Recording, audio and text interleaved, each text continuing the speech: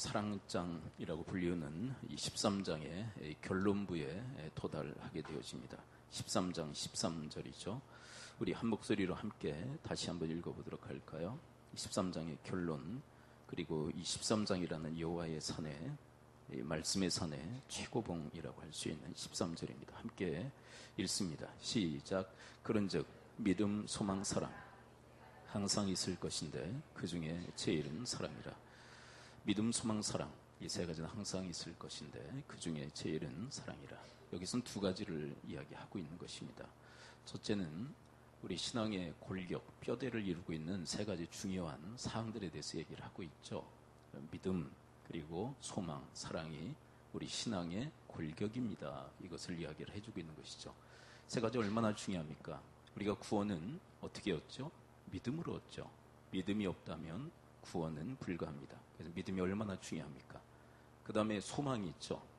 천국에 대한 소망. 이 땅 척박하고 힘들고 어렵지만 우리가 천국에 대한 소망을 가지고 우리가 살기 때문에 소망이라는 것이 우리 신앙에 있어서 얼마나 중요합니까? 그리고 사랑, 하나님을 사랑하고 이웃을 사랑하며 이 땅을 살아가는 삶에 대한 이야기. 이 세 가지 믿음, 소망, 사랑은 우리 신앙의 뼈대를 이루기 때문에 아주 중요한 사항이다라고 사도 바울은 이야기를 합니다. 그런데 사도 바울이 이 세 가지를 이야기하려고 하는 것은 아니죠. 궁극적으로 말하려고 하는 게 뭐죠? 이 세 가지가 다 중요하지만 가장 중요한 게 있습니다. 가장 소중한 게 있습니다. 사실 13장의 결론은 13장 전체 이야기이기도 하죠. 13장에서 가장 사도 바울이 이야기하려고 했던 것이 바로 13절에 담겨져 있습니다. 왜 사랑에 대한 이야기를 줄곧 설명을 했을까요? 13절 다시 한번 읽어볼까요? 믿음, 소망, 사랑에 대한 이야기 하면서 다 중요하고 다 우리 인생에 중요한 내용들이지만 이것이 가장 중요합니다. 이것을 이야기하려고 하는 것이죠. 13절 한번 다시 읽습니다. 시작. 그런즉 믿음, 소망, 사랑 이 세 가지는 항상 있을 것인데 그 중에 제일은 사랑이라. 이 믿음, 소망, 사랑 한 가지도 빠지면 안 될 정도로 너무나도 소중한 것입니다. 그러나 그 중에 가장 소중한 것이 있습니다. 13장 전체에서도 그것을 이야기하려고 하는 것이고 이 결론부 13절에서도 이야기하려고 하는 것이죠. 가장 소중한 게 뭐라고요? 그것은 바로 사랑입니다. 그래서 사실 우리가 이 본문을 다시 역추적해서 살펴보게 되면 이 사랑이 얼마나 소중한지를 계속 반복적으로 설명한 거죠. 사랑이 없으면 뭐 아름다운 말도 뭐 꽹과리처럼 시끄러운 것이 되고 자기의 생명을 내어준다 할지라도 사랑이 없으면 아무것도 아니고 아무 이익도 아니고 뭐 계속 사랑에 대한 중요성에 대한 그런 설명이 아니었습니까? 결국 사도 바울이 이야기하려고 하는 것이 뭐냐면 사랑이 가장 소중한 것입니다. 그 얘기를 하는 거죠. 그래서 사랑 안에서 모든 것이 다 통합되어진다. 그 얘기도 하죠. 우리는 그 진리와 사랑을 구분하는 성향들이 있잖아요. 진리는 진리, 사랑은 사랑. 그런데 사실 이 13장에서 이야기하는 중요한 내용이 뭡니까? 진리도 사랑 안에서 다 통합되어진다. 그렇죠? 사랑이 뭐냐? 진리다라고까지 얘기해요. 그러니까 사랑과 진리는 구분되는 게 아니다라고 얘기해요. 자, 사랑 안에서 진리도 통합되어집니다. 6절을 함께 읽어볼까요? 6절에 보면 진리까지도 포함하는 게 사랑이다. 그렇게 얘기하죠. 자, 6절 함께 읽어봅니다. 시작. 불의를 기뻐하지 아니하며 진리와 함께 기뻐하고. 사랑은 뭐냐? 진리와 함께 기뻐하는 것입니다. 진리를 포함하는 것입니다. 진리를 통합하는 것입니다. 그렇게 얘기를 해요. 자, 뿐만 아니죠. 우리가 13절에서 믿음, 소망, 사랑 이것을 개별적으로 얘기하지만 7절에서는 이 믿음과 이 소망마저도 사랑이 통합해버린다라고 얘기합니다. 7절을 함께 읽어볼까요? 7절. 자, 믿음이라는 요소, 소망이라는 요소도 다 통합해버리는 가장 중요한 것, 그게 사랑입니다. 7절 함께 읽어봅니다. 시작. 모든 것을 참으며 모든 것을 믿으며 모든 것을 바라며 모든 것을 견디느니라. 사랑 안에 뭣도 있는 거예요? 믿음도 있고 사랑 안에 뭣도 있어요? 소망도 있습니다. 그래서 이 사랑이라는 것은 아주 블랙홀처럼 모든 걸 다 빨아들여요. 그래서 그 안에서 다 통합해버리는 것. 그것이 바로 사랑입니다. 가장 최고의 가치는 사랑입니다. 그것을 이야기를 하고 있어요. 결국 13장의 결론이 이거예요. 사랑이 가장 소중합니다. 우리 인생에 있어서 가장 소중한 것은 뭐라고요? 사랑입니다. 근데 왜 이것을 강조할까요? 왜 사랑이 가장 소중하다고 얘기하는 것일까요? 그 해답이 14장 1절에 기록되어 있어요. 14장 1절에 보면 이 사랑이 왜 가장 중요하다고 얘기하는지 14장 1절에 그 목적이 나와 있어요. 왜 사랑에 대한 이야기, 사랑이 왜 중요하다고 얘기했는가? 14장 1절을 함께 읽어봅니다. 시작. 사랑을 추구하며 신뢰한 것들을 사모하되 특별히 예언을 하려고 하라. 여기서 사랑을 추구하며 라는 것은 무슨 얘기냐면 사랑을 목적으로 해서 구하라 그런 의미예요. 한번 자 해석과 함께 이 본문을 다시 한번 우리가 한번 낭독해 보겠습니다. 사랑을 목적으로 추구하라. 사랑을 목적으로 추구하게 하기 위해서 사도 바울은 사랑에 대해서 13장에서 계속 반복적으로 얘기한 거예요.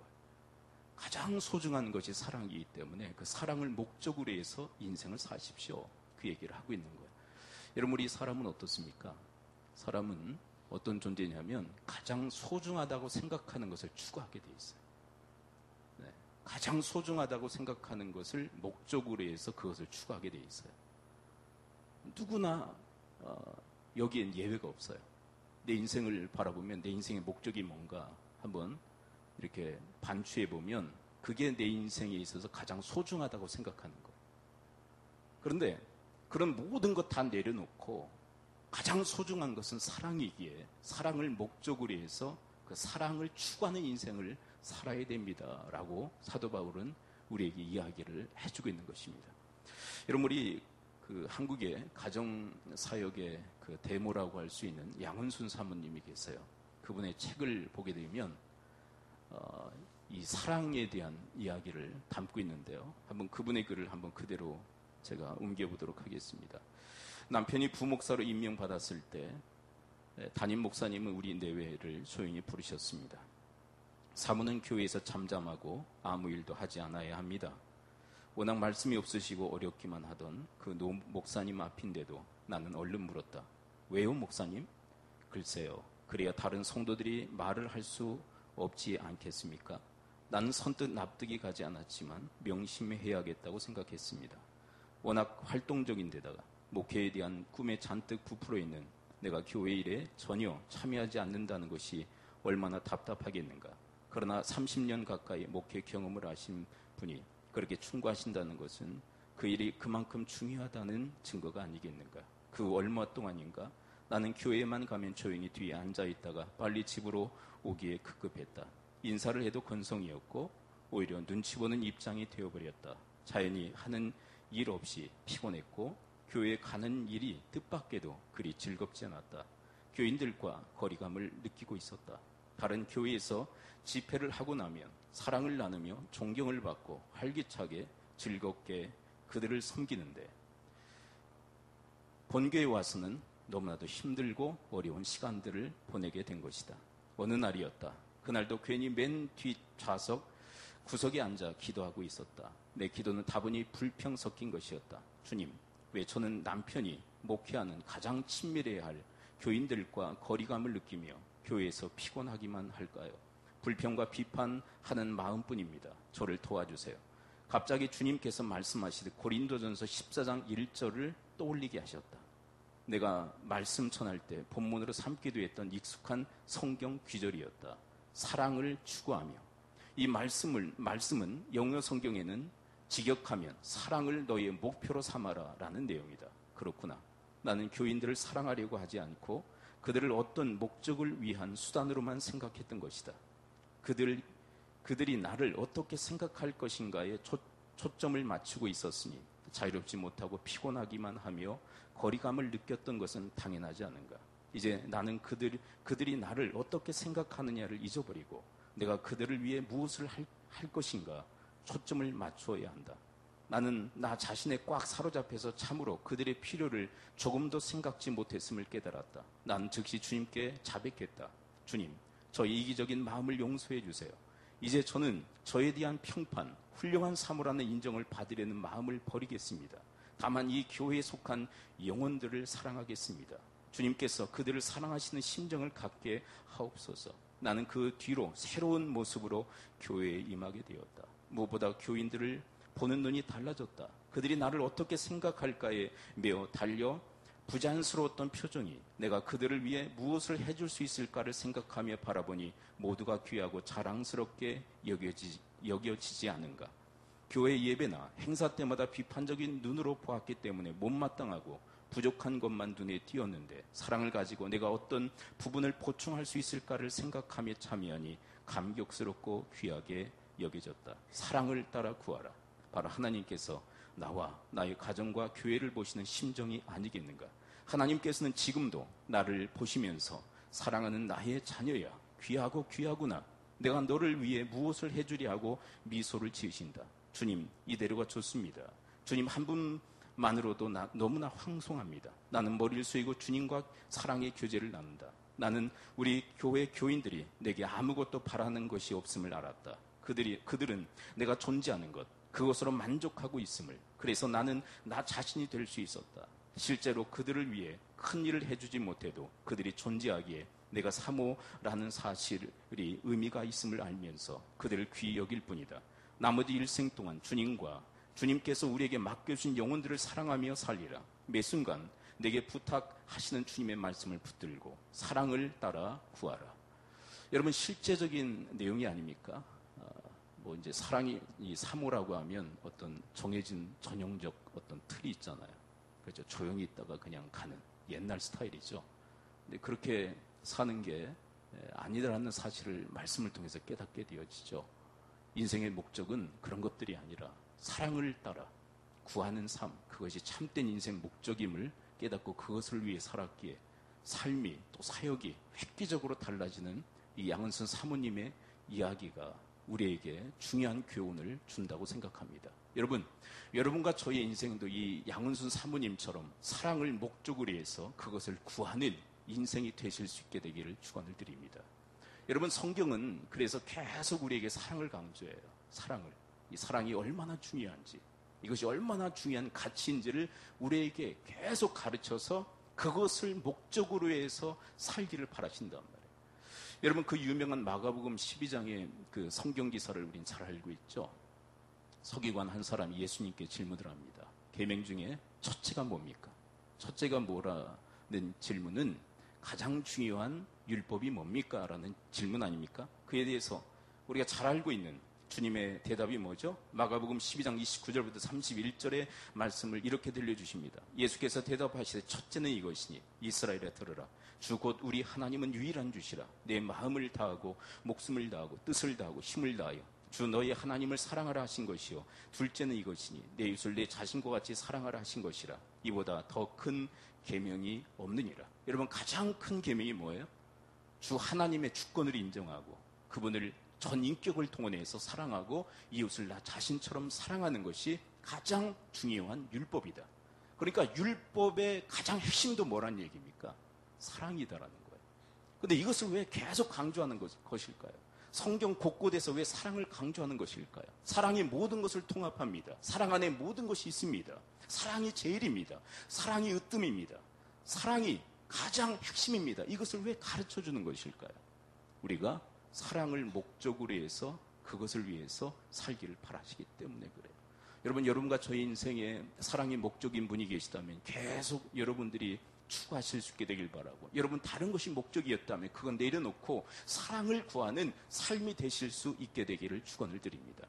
제가 고등학교 때 읽었던 책이 있는데요. 전에도 몇 번 말씀드린 기억이 있어요. 개척교회 목사님이 쓰신 책이에요. 근데 그 목사님이 개척을 하면서 어떤 부푼 꿈을 가지고 있었느냐 하면 내가 정말 큰 교회를 한번 해보리라. 성도들이 많이 와서 성장하는 교회, 정말 이름 날리는 교회를 한번 해보리라. 근데 이 개척교회가 호락호락하지 않거든요. 성도가 좀처럼 늘어나지 않는 거예요. 성도들이 오지 않는 거예요. 그래서 낙심합니다. 난 실패했다. 목적이 뭐였기에 실패했다고 생각하는 거예요. 성도가 많이 이렇게 늘어나고 성장하는 게 성공이라고 생각했는데 성도들이 늘어나지 않으니까 목적한 바가 이루어지지 않으므로 자기는 실패한 인생이라고 생각한 거예요. 그러다가 성경 말씀을 읽어요. 읽다가 마가복음 12장 29절부터 31절의 말씀을 읽게 되는 것이에요. 아까 낭독해드렸던 그 말씀입니다. 주 하나님 여호와는 유일한 주시라. 마음을 다하고 목숨을 다하고 뜻을 다하고 힘을 다하여 주 너희 하나님을 사랑하고 내 이웃을 내 몸과 같이 사랑하라는 주의 말씀을 그가 보는 순간 하나님께서 자기 자신에게 허락하신 목적이 다른 것이었음을 알게 되었어요. 내 목적은 성도들이 불어나는 게 목적이었는데 하나님의 목적이 아니시라는 걸 깨닫게 된 거예요. 하나님의 목적은 뭡니까? 우리가 하나님의 주권을 인정하며 그분을 사랑하고 이웃을 사랑하는 것이 하나님의 목적임을 깨닫게 되었어요. 그리고 목적에 수정을 하게 됩니다. 나 이제 앞으로 이 말씀대로 살리라. 근데 그 이후부터 삶이 행복해지더래요. 그리고 그렇게 바랬던 성도들이 늘어나기 시작하더랍니다. 여러분, 우리의 삶의 목적은 바로 이 본문 말씀인 줄을 믿습니다. 그렇죠? 여러분, 사랑이 제일이라. 여러분, 사랑을 목적으로 해서 사랑을 추구하는 인생, 그것이 되어야 할 것을 하나님께서 우리에게 말씀하고 있는 것이에요. 그런데 여러분, 사탄의 전략이 있어요. 사탄은요, 이 가치를 혼돈시킵니다. 가치를 자꾸 바꿔요. 소중하지 않은 것을 소중한 것으로, 그리고 소중한 것을 하찮은 것으로 자꾸 가치를 바꿔요. 그래서 헷갈리게 만들어서 우리로 하여금 하찮은 것을 위해서 살아가도록 만듭니다. 여러분, 성경에 이런 말씀이 있어요. 존귀한 것을 위해서 살면 그 사람이 존귀한 자가 된다. 여러분, 가장 소중한 것을 위해서 살게 되면 그 사람은 소중한 존재가 돼요. 자기도 느껴요. 아, 내가 소중하구나. 왜냐하면 소중한 것을 위해서 살기 때문에. 그런데 하찮은 것을 위해서 살게 되면 하찮은 존재가 돼요. 근데 그게 사탄의 전략이에요.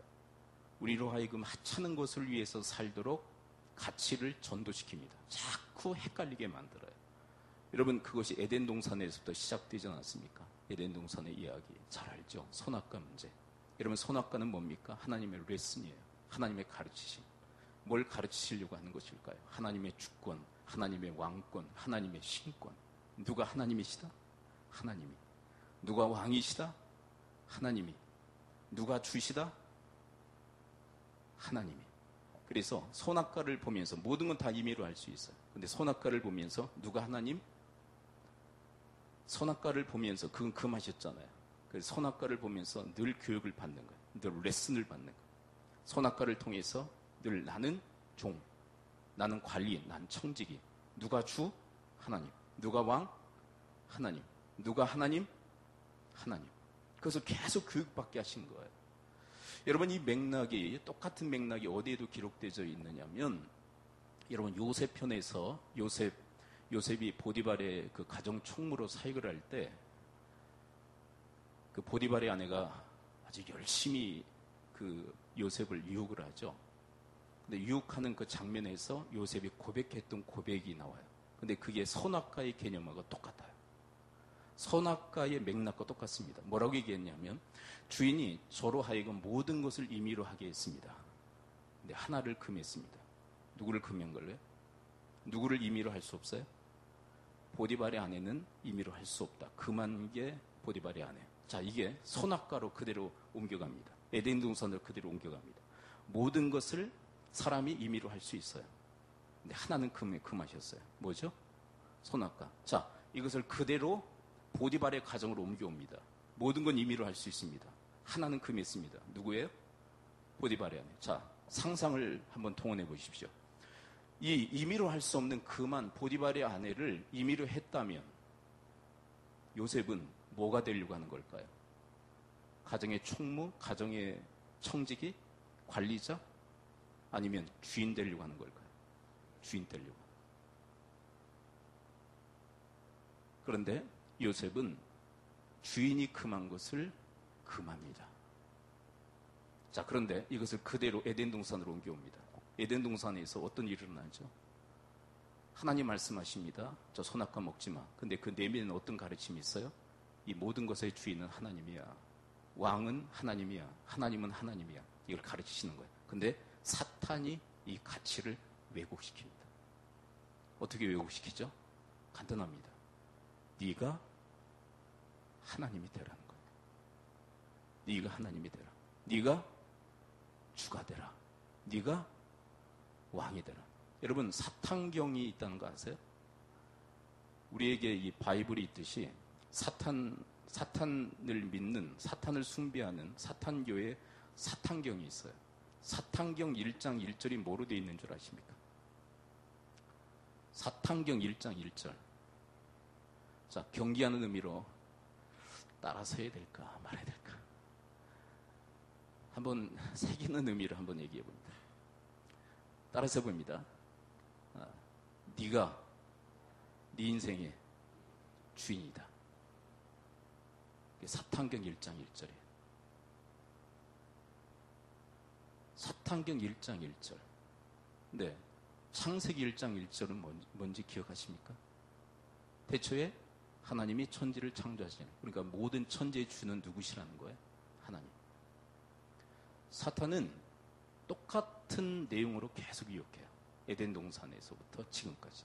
그런데 여러분, 사탄의 그 유혹은 힘든 거예요? 너무 달콤한 것입니까? 인간 편에서 너무 달콤한 거예요. 가치를 왜곡시키는데 너무 달콤하게 얘기해. 네가 주인 되라. 네가 왕이야. 네가 하나님이야. 선악과? 네가 주인인데 왜 금해? 그냥 임의로 해. 그래서 사탄의 말대로 선악과를 먹음으로 하나님이 경고하셨던 어마어마한 재앙과 저주가 그들에게 임합니다. 그러나 여러분, 요셉 편으로 한번 옮겨가 보세요. 요셉 편으로 옮겨가면 주인이 금했던 그 여인을 금한 요셉은 하나님께서 귀하게 또 복되게 사용하세요.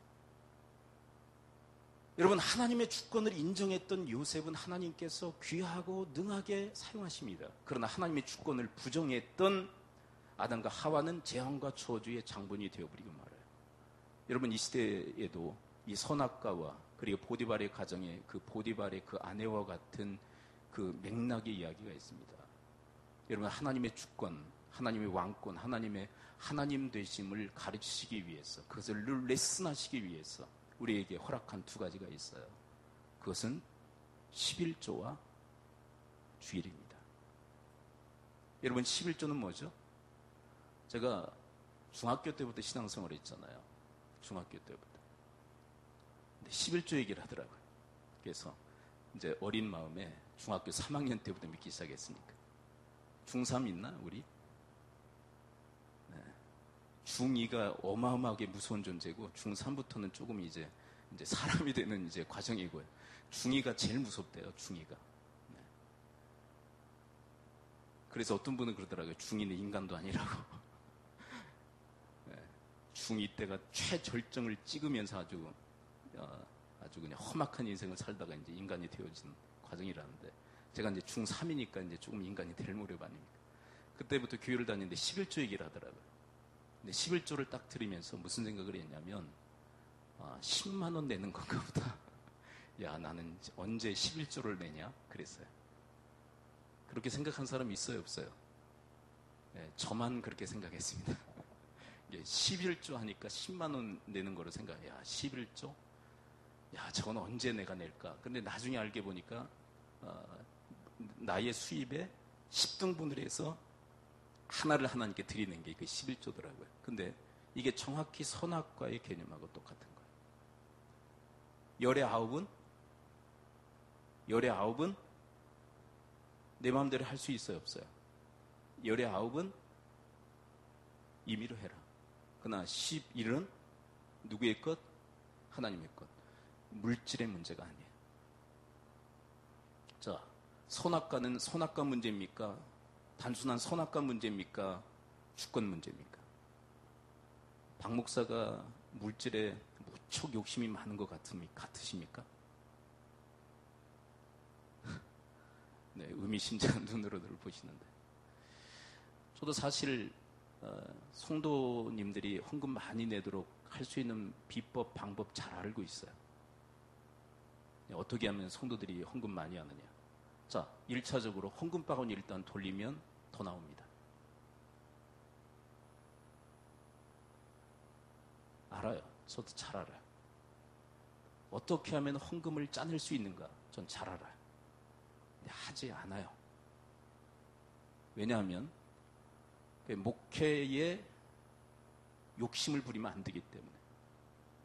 여러분, 11조는 박 목사가 지금 돈에 욕심이 있어서 말씀드리는 게 아니에요.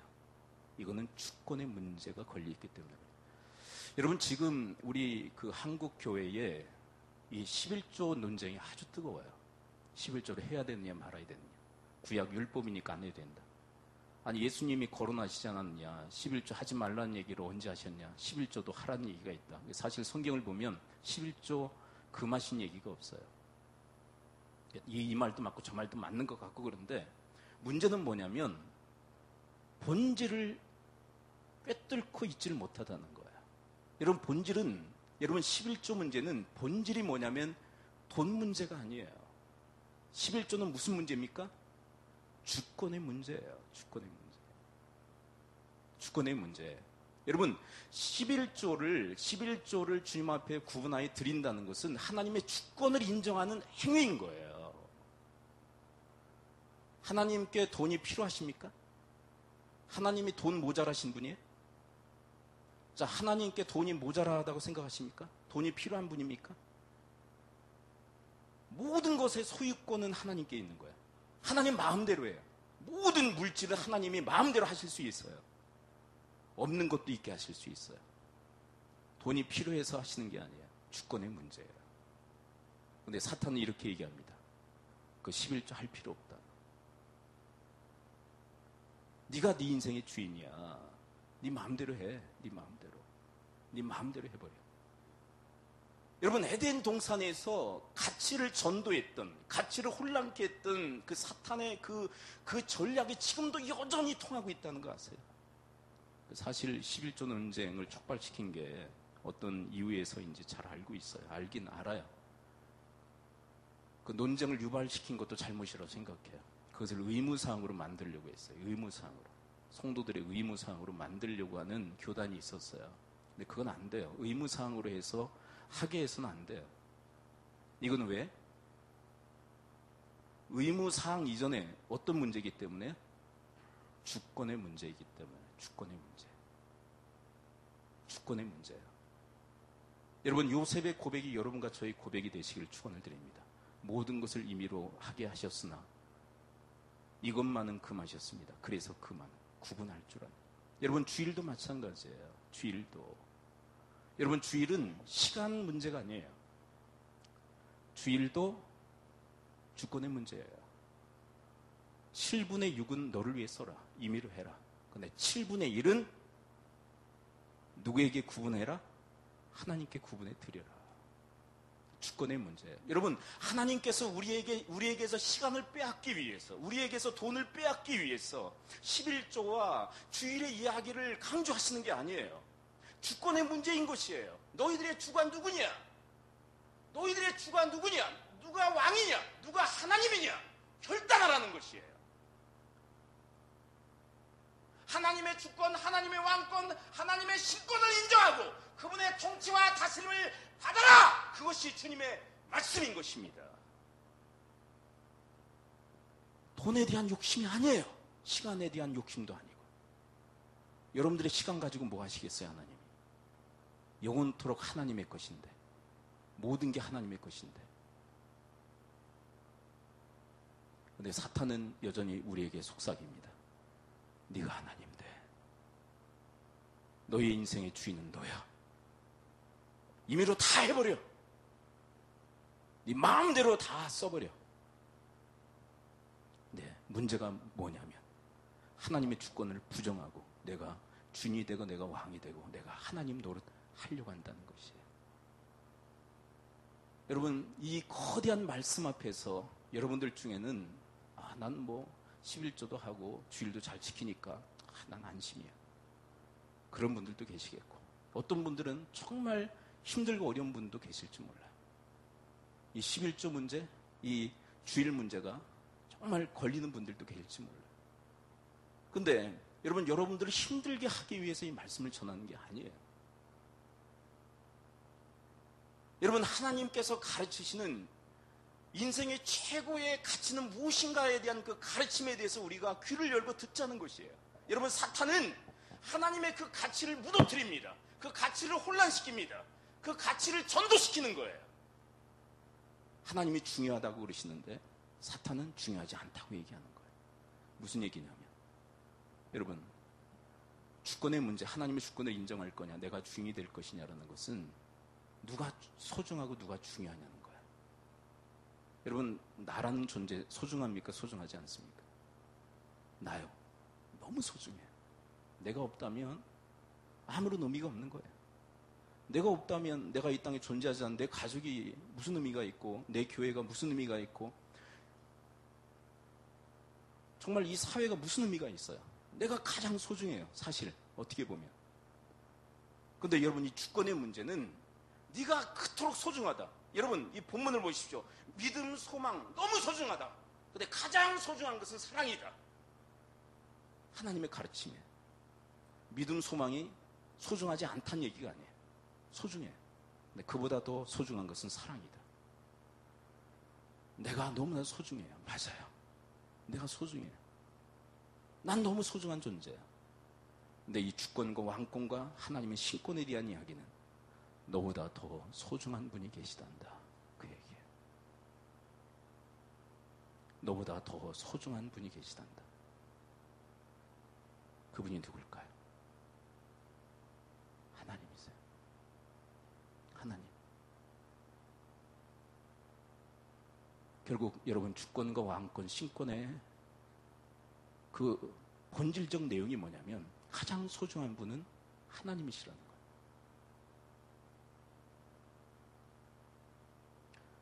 여러분, 11조 무너지면, 또 주일 무너지면 한국 기독교 완전히 몰락할 것입니다.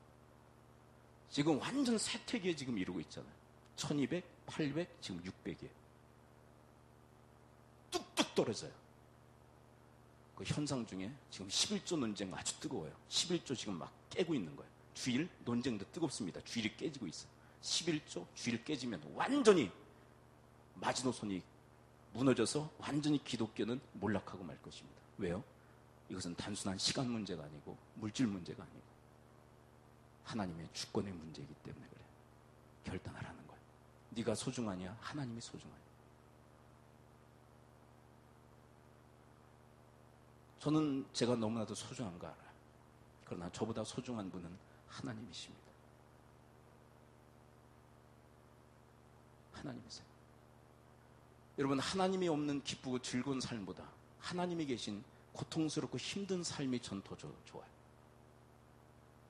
하나님이 없는 사회보다 하나님이 계신 사회가 더 좋아요. 저는 하나님 편을 선택할 것입니다.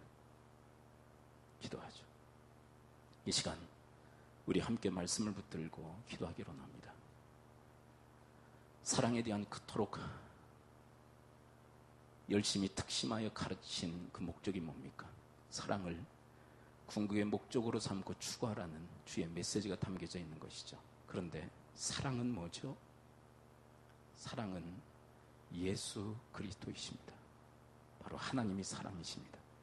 결국 사랑이신 하나님을 목적으로 해서 인생을 살라. 사랑이신 예수 그리스도를 목적으로 해서 인생을 살라는 것입니다. 내가 소중하죠. 내가 너무나도 중요하죠. 그러나 나보다 더 소중한 이가 계신데 그분이 바로 하나님이시라고. 그분을 위해서 살라고. 그렇게 인생을 살라고 하나님께서 우리에게 당부하시는데, 하나님 그 말씀에 순종하며 순복하며 살아가는 저들의 인생이 되어지도록 하나님 도우시고 인도해달라고 우리 함께 말씀 붙들고 소리내어 통성으로 기도하도록 하겠습니다. 기도합니다. 하나님 아버지, 오늘 말씀해 주시니 감사를 드립니다. 하나님, 주께서 말씀하시기를 사랑이 얼마나 소중한지, 사랑은 모든 것을 통합한다고, 진리도 그리고 믿음도 소망도 다 통합해 버린다고, 그리고 그 사랑은 바로 예수 그리스도이시라고, 그리고 사랑은 하나님이시라고, 하나님은 사랑이시라고 하나님 저들에게 가르치시고 하나님 또 가르치시며 그 사랑을 목적으로 하여 인생을 살기를 바라신다고 하나님